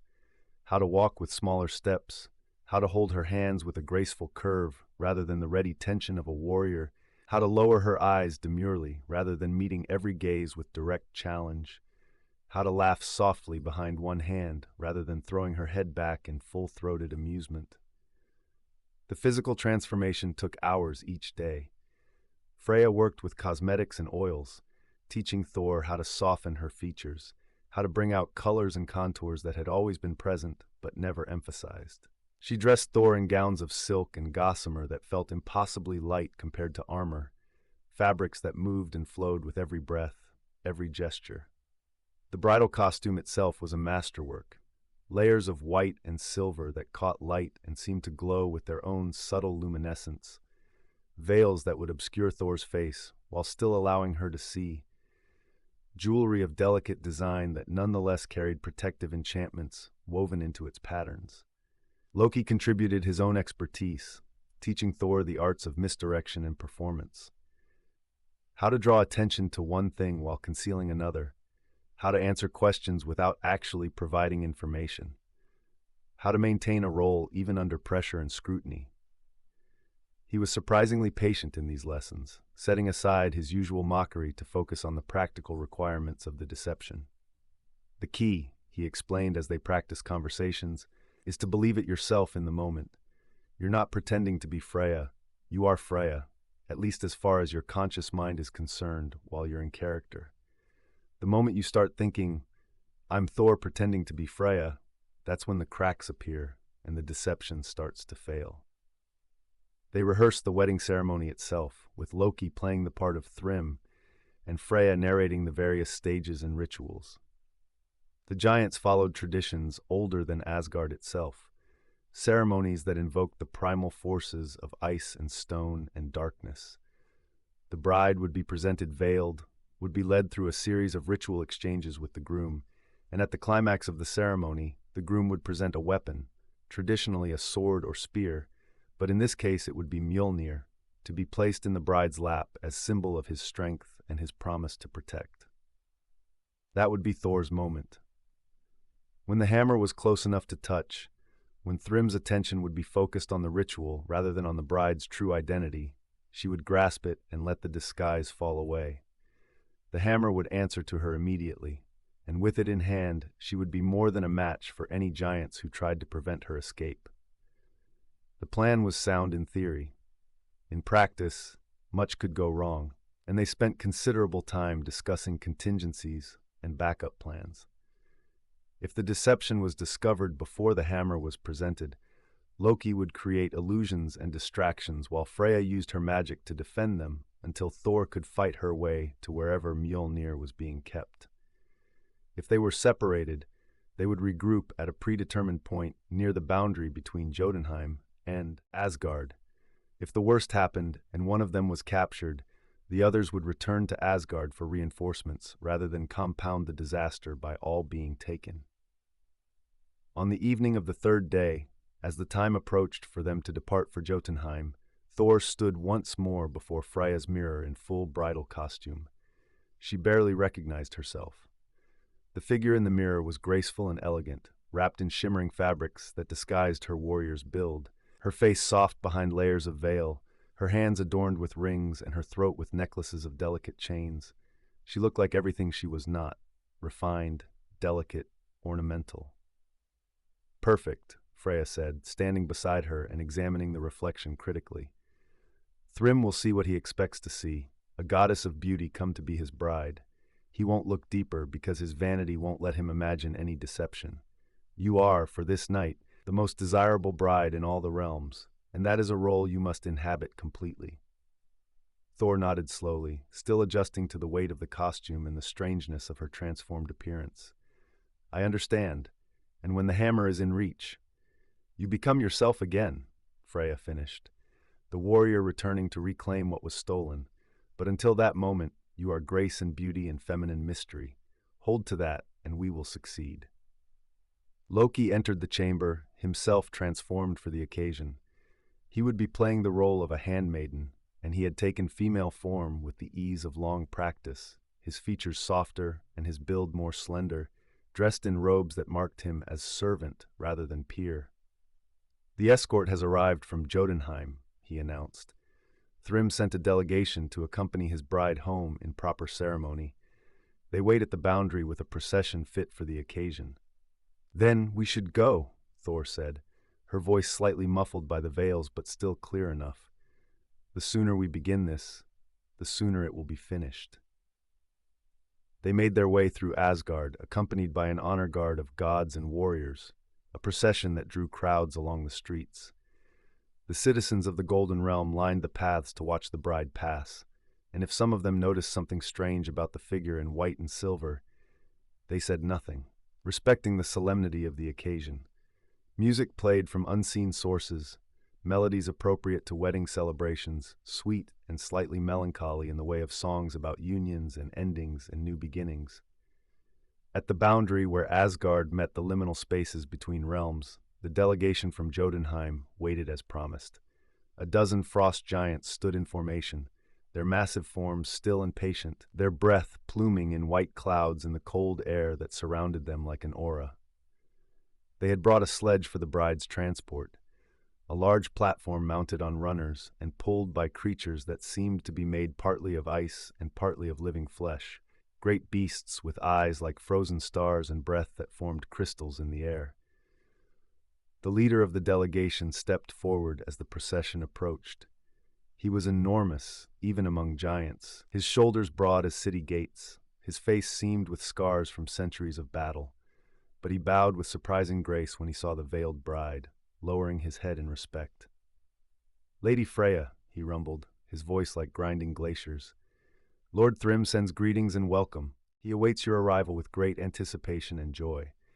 We are honored to escort you to Jotunheim and to the celebration of your union."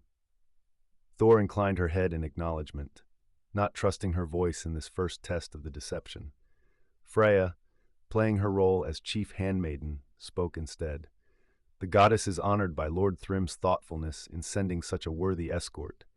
She is eager to complete the journey and meet her intended husband." The giant gestured to the sledge. "Please, take your place. The journey is not long, but we would not have you travel in discomfort." Thor moved toward the sledge with the careful, measured steps she had practiced, very conscious of the weight and flow of the bridal costume. She settled onto the cushioned seat that had been prepared, Freya and Loki taking positions on either side. The giant delegation formed up around them, and at some unspoken signal, the ice beasts began to move, pulling the sledge forward with smooth, gliding motion. They descended from Asgard's boundary into the ravine that led between realms, the same path the shadow figure had taken 3 nights before when carrying the stolen hammer. The light faded as they descended, the golden glow of Asgard giving way to the dimmer, colder illumination of the transitional spaces. The walls of the ravine rose high on either side, their layered stone telling stories of ages of formation and change. The air grew colder, and Thor could see her breath now, white clouds forming with each exhalation, though the chill did not penetrate deeply through the layers of her costume. The giants moved in silence, their footfalls making surprisingly little sound despite their enormous mass. They seemed almost reverent in their attitude, treating this journey as a solemn procession rather than a simple transport. Thor appreciated their silence. It gave her time to settle deeper into her role, to let the persona of the bride take fuller hold of her consciousness as Loki had instructed. She was Freya, goddess of beauty, coming to wed the lord of the frost giants. She was honored by his attention, flattered by his devotion, willing to join with him for the sake of peace between their peoples. She felt anticipation and appropriate nervousness about the coming ceremony. She thought about the life that might follow, the long years in Jotunheim's frozen halls, the duties of a giant lord's wife, the children that might come from the union. She built the fantasy in her mind, making it real enough that she could believe it, even knowing it was fiction.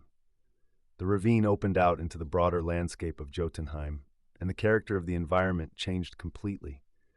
Gone was the warmth and gentle light of Asgard, replaced by a realm of ice and stone and twilight. The sky above was heavy with clouds that churned in slow, purposeful movements. The ground was hard frozen, covered in places with snow that had been compressed by its own weight into something more like rock than frozen water. In the distance, mountains rose in jagged silhouettes against the troubled sky, their slopes steep and their peaks lost in the perpetual cloud layer. The sledge moved across this landscape with surprising speed, the ice beasts pulling them along paths that were barely visible, routes marked more by subtle changes in terrain than by any deliberate construction. They passed formations of ice shaped by wind into fantastic sculptures, towers and arches and abstract shapes that caught what little light existed and threw it back in shades of blue and white and pale green. They crossed frozen rivers where the ice was thick enough to bear even a giant's weight, the surface polished smooth as glass, and showing darkness beneath where water still flowed in channels far below.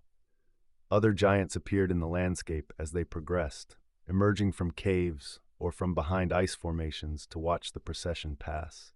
They were varied in their appearances, some tall and thin, others short and massively built, some with skin of purest white, and others in shades of blue and gray, some smooth-faced and others with features so weathered they seemed more like carved stone than flesh. All of them stopped to watch the bride pass, their expressions showing mixtures of curiosity and satisfaction. This was a historic moment for them, a goddess of Asgard coming to wed into their ranks, a sign that perhaps the ancient enmities might finally be giving way to new relationships. The journey took hours, though exact time was difficult to judge in Jotunheim's perpetual twilight. The sledge glided on through the frozen landscape, following valleys between mountains, skirting the edges of crevasses that dropped away into lightless depths, crossing plains where nothing grew and the only sound was the constant wind moving across ice and stone. Thor maintained her role throughout, sitting with proper posture and appropriate stillness, occasionally turning her veiled head to look at some feature of the landscape as a nervous bride might, taking in the realm that was to be her new home. At last they approached Thrym's stronghold. The structure rose from the landscape like a natural formation, as though the mountain itself had been hollowed and shaped to create dwelling space. The walls were smooth ice polished to impossible fineness, within which could be seen bubbles and inclusions that created patterns almost like writing, almost like images, shifting subtly as one's perspective changed. The gates were massive stone bound with metal, and as the procession approached, they swung slowly open with a deep grinding sound that echoed across the frozen plain. Inside the walls was a vast courtyard where hundreds of giants had gathered, far more than had been present 3 days ago, when Thrym first displayed his stolen prize. They had come from across Jotunheim for this occasion, drawn by the significance of the union, eager to witness the goddess who would become one of their own. They stood in rough formations around the edges of the courtyard, leaving the center clear for the sledge and its escort. The ice beasts pulled the sledge to the center of the courtyard and stopped. The lead giant from the escort stepped forward and offered his hand to help Thor descend. She took it, feeling the cold of his skin even through the gloves she wore, and stepped down onto the ice-paved ground with careful grace. Her veils fluttered slightly in the wind that moved through the courtyard, and she kept her head lowered appropriately, not meeting the gazes of the assembled giants. "The bride has arrived," the escort leader announced, his voice carrying across the courtyard. "Lady Freya of Asgard, come to wed Lord Thrym and join our peoples in alliance and peace." A sound went up from the assembled giants, a deep rumbling that was part cheer and part simply vocalization of satisfaction. They had witnessed something unprecedented, a goddess of their ancient enemies come willingly to their realm, delivered as agreed, ready to fulfill the terms that had been set. From the entrance to the stronghold proper, Thrym emerged. He was dressed in ceremonial garb, robes of white fur and armor of ice polished until it shone like silver. He moved with measured dignity, crossing the courtyard toward where Thor stood, his expression showing triumph and satisfaction barely held in check. When he reached her, he stopped and looked down at the veiled figure, studying what little could be seen of her form and features through the layers of white and silver fabric.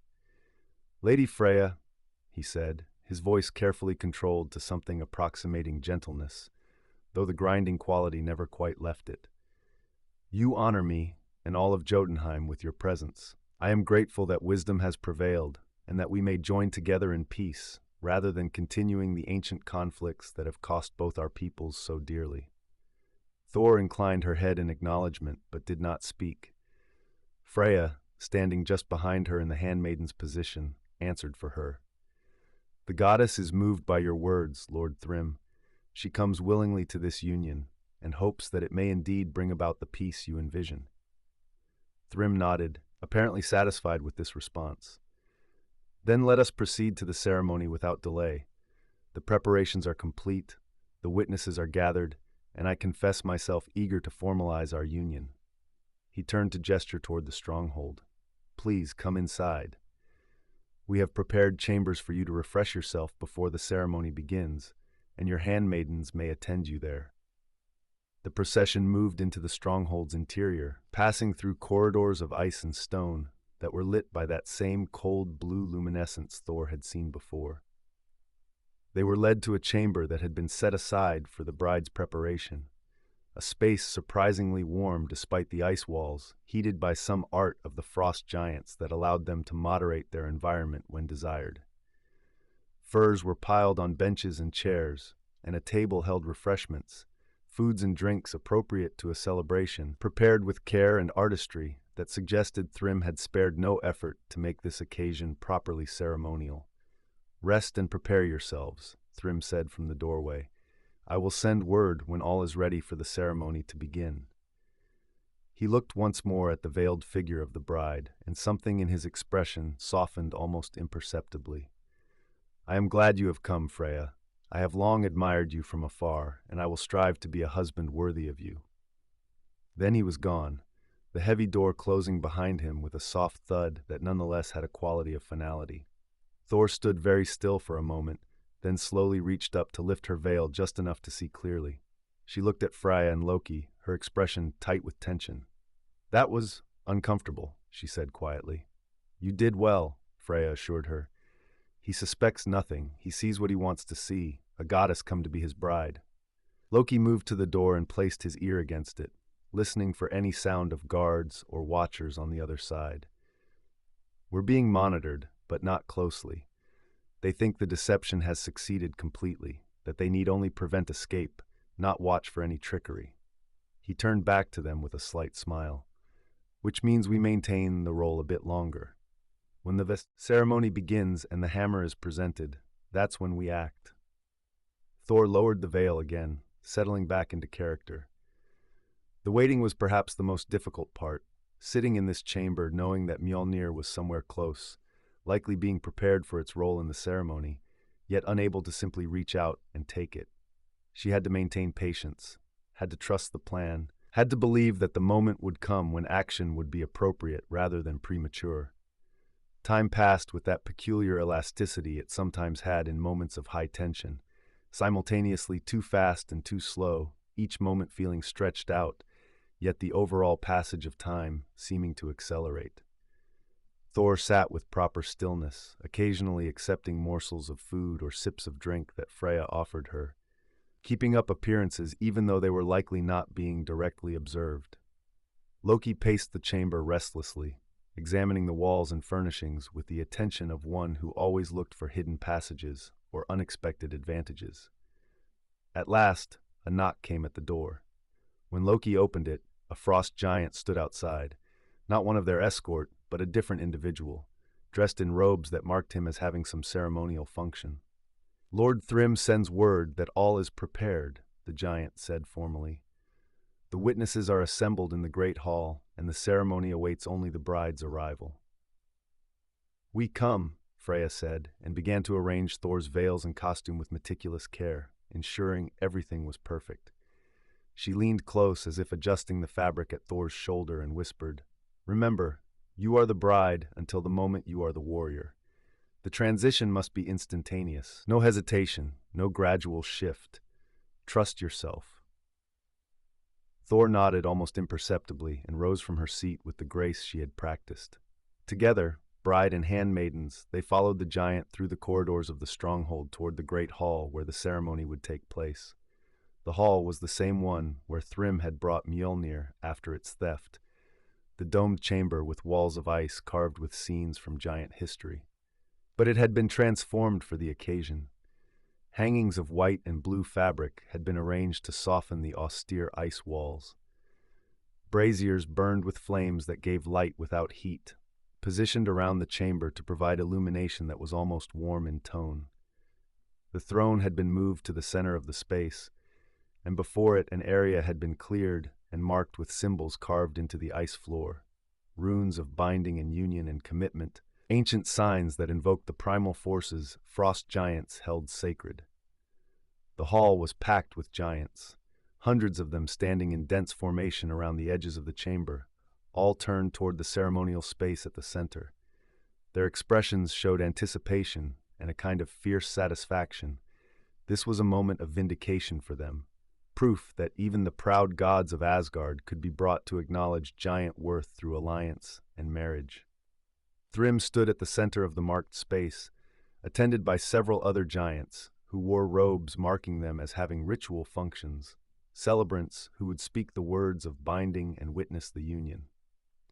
He turned as Thor entered, and his face showed open pleasure at the sight of the veiled bride approaching through the assembled witnesses.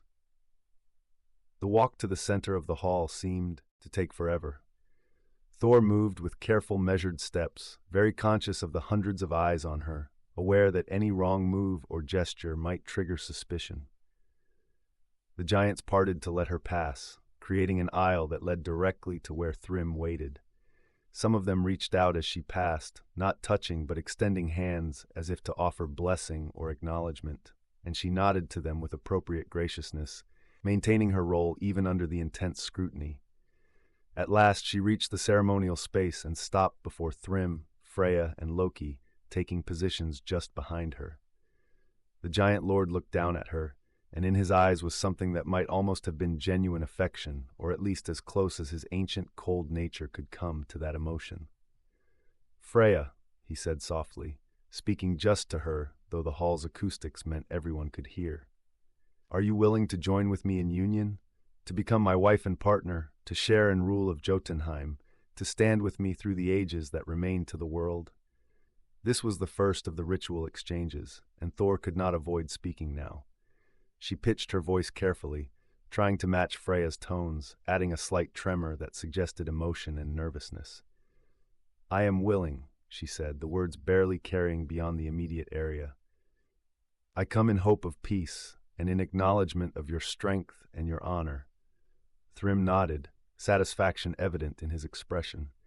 He turned to the celebrants, who began to speak in the ancient tongue of the frost giants, words that predated even the language of the gods, syllables that carried weight and texture almost physical in their effect on the air. Thor did not understand all of what was being said, but the general import was clear. Invocations of ice and stone and darkness, calling these primal forces to witness and sanctify the union. The ceremony progressed through its various stages. Thrym and Thor exchanged ritual phrases, each confirming their willingness and their understanding of what marriage between their kinds would mean. The celebrants circled them, marking the ground with additional symbols, building up layers of meaning and commitment. Other giants stepped forward to offer blessings, or to recite passages from ancient texts, stories of unions that had created alliances and changed the course of history. Through it all, Thor maintained her role, speaking when required, standing with proper stillness when not, keeping her attention focused on Thrym while her awareness tracked everything else in the chamber. Where were the exits? Where stood the giants who looked most capable of quick action if things went wrong? And most importantly, where was Mjölnir? She could not see it yet. The hammer was not in the hall, which meant it was being kept elsewhere, to be brought in at the proper moment. That moment was approaching. The ceremony was reaching its climax, the point where the groom would demonstrate his strength and his commitment by presenting a weapon to his bride. One of the celebrants raised his voice, speaking in the common tongue now so that all present could understand. "The binding words have been spoken, the ancient forms have been observed. Now comes the presentation, the offering of strength that seals the union in tradition and honor. Let the groom bring forth the weapon that symbolizes his power and his promise." Thrym turned toward the entrance to a side chamber and nodded. Two giants emerged, carrying between them a stand of ice, and upon that stand, resting in carved cradles, lay Mjölnir. Even from a distance, even through the layers of veil, Thor could see it clearly, the familiar weight and shape, the runes glowing softly along its surface, the leather-wrapped handle that had fit her palm so perfectly. Something in her chest tightened with recognition and longing. 3 days she had been without the hammer, 3 days that had felt like years, and now here it was, being brought toward her in ceremony, soon to be close enough to touch. The giants carrying the stand moved with slow dignity, approaching the ceremonial space and stopping just before where Thor and Thrym stood. They lowered the stand carefully, placing it at a height where the hammer could easily be reached. Thrym stepped toward it, and the assembled witnesses leaned forward slightly, every eye fixed on the tableau at the center of the hall. Thrym placed his hands on Mjölnir, lifting it from the stand. The hammer allowed itself to be moved, not resisting his touch in this ceremonial context. He held it before him, displaying it to the assembled giants, and a sound of approval went through the crowd. Then he turned to Thor, lowering himself to one knee in the traditional posture, and extended the hammer toward her. "I offer my strength," he said, the ritual words carrying clearly. "I offer my protection. I offer my devotion. Take this weapon as symbol of all I am and all I promise to be." This was the moment. This was the instant when the bride would reach out and accept the offering, placing the weapon in her lap as the ceremony prescribed. thus completing the union. Every eye in the hall was on them. Every witness was focused on this central image, the giant lord kneeling, the veiled bride reaching forward, the hammer extended between them. Thor reached out with both hands, her movements slow and deliberate, entirely appropriate to the solemnity of the moment. Her fingers closed around the handle, feeling the familiar texture of the leather wrapping, feeling the instant recognition as Mjölnir knew her touch. And in that instant she stopped being the bride and became entirely herself again. She grasped the hammer firmly and stood straight, the careful grace of the bride giving way to the solid stance of a warrior. With her free hand she tore away the veils, letting them fall in a cascade of white and silver fabric. The assembled giants gasped as they saw not Freya's beautiful features but Thor's determined face, her gray-blue eyes blazing with satisfaction and vindication. "Did you truly think," she said, her voice ringing clearly through the shocked silence, "that we would surrender one of our own to a thief? That we would allow such insult to stand unanswered? I am Thor, keeper of Mjölnir, defender of Asgard, and I have come to reclaim what was stolen." For a long moment, no one moved. The assembled giants stood frozen in shock and confusion, unable to process the sudden transformation. Thrym, still kneeling, looked up at her with an expression that cycled rapidly through disbelief, understanding, and then building rage. Then several things happened nearly simultaneously. Thrym surged to his feet with a roar of fury. The giants around the chamber began to move toward the center, their initial shock giving way to anger and the instinct to prevent the goddess's escape. Freya threw off her own disguise, magical energy beginning to gather around her hands in preparation for defensive spells. Loki shifted forms, becoming something larger and more combat-capable, moving to guard their rear. But Thor had Mjölnir now, and with the hammer in hand she was what she had always been, the storm, the thunder, the irresistible force. She swung the hammer in a wide arc, not trying to strike anyone yet, but simply asserting dominance of the space, showing that she was no longer the passive bride, but the warrior goddess in full possession of her power. "Stand aside," she commanded, her voice carrying the weight of divine authority.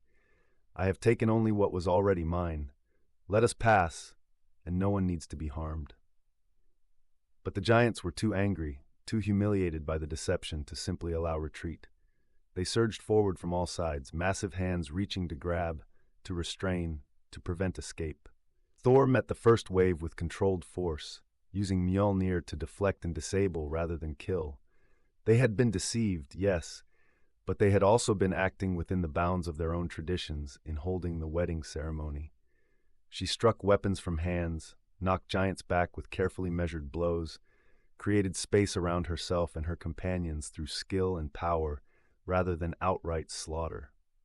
Freya's magic blazed, creating barriers of force that slowed the advancing giants, giving them corridors of egress through the packed chamber. Loki darted and wove, using illusions to confuse and misdirect, making the giants strike at phantoms while the real companions moved in different directions. The three of them worked in coordination born of long familiarity with each other's capabilities, covering each other's weaknesses, amplifying each other's strengths. They fought their way toward the chamber's exit, moving through resistance that grew thicker as more giants realized what was happening and moved to cut off retreat. Thor swung Mjölnir in devastating arcs, each impact precise and controlled, each strike accomplishing exactly what she intended and nothing more. The hammer sang in her hands, responding to her will, its power flowing through her in familiar, welcome patterns.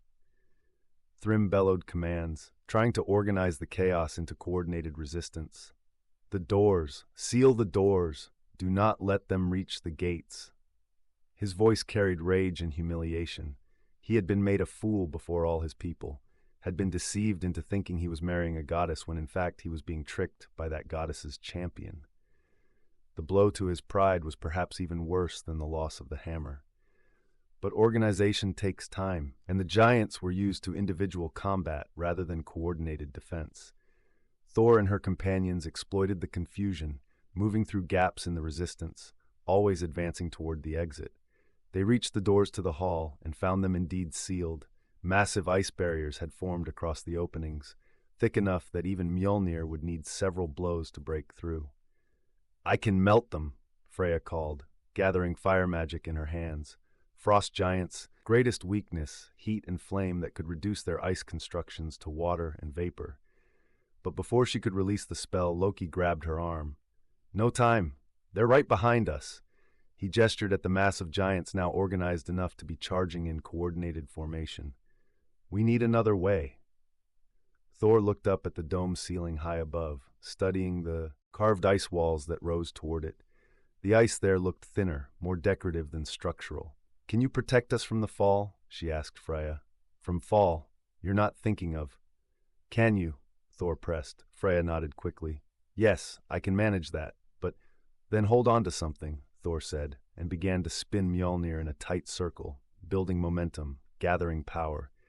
The hammer began to glow with internal light, energy accumulating with each rotation until it blazed like a captive star. She released it upward with all her strength, sending it rocketing toward the dome ceiling high above. Mjölnir struck the ice dome with thunderous impact, and the entire structure shattered. Huge chunks of ice began to fall, tumbling down toward the hall below. Freya's magic blazed, creating a shield above them that deflected the falling debris to either side. The giants behind them were not so protected. They scattered in confusion as massive ice blocks crashed down around them, forcing them to take cover rather than press their attack. Through the shattered dome, open sky was visible, Jotunheim's perpetual twilight, but it represented freedom, a way out of the trapped space. Thor reached up and called, and Mjölnir returned to her hand with perfect obedience, ready for the next task. Hold on, she told Freya and Loki, and they gripped her arms as she began to spin the hammer again, building different momentum this time, a pattern that created lift rather than simply force. This was one of Mjölnir's deepest magics, the ability to carry its wielder through the air, to make flight possible through methods that transcended normal physics. They lifted off the ground as ice continued to fall around them, rising up through the shattered dome while the giants below roared in frustration and anger. Some tried to leap up to grab them, but they were already too high, already beyond reach. They rose into the open air above Thrym's stronghold, and Thor immediately turned them toward the direction of Asgard, flying with increasing speed across the frozen landscape. Behind them, alarm horns began to sound, deep, mournful notes that carried across Jotunheim's wastes, calling together forces to pursue, to try to intercept before the fugitives reached the boundary. But Thor flew with desperate speed, Mjölnir pulling them through the air faster than any giant could run, faster than most creatures could track. The landscape blurred beneath them. Ice plains and mountain ranges and frozen valleys passed in rapid succession. The flight seemed to take both an eternity and no time at all. Minutes that felt like hours, as Thor pushed herself and the hammer to maximum effort, expecting at any moment to be struck by some spell or weapon launched from below, while simultaneously the boundary with Asgard seemed to arrive impossibly quickly, the familiar markers appearing ahead that showed the transition point between realms.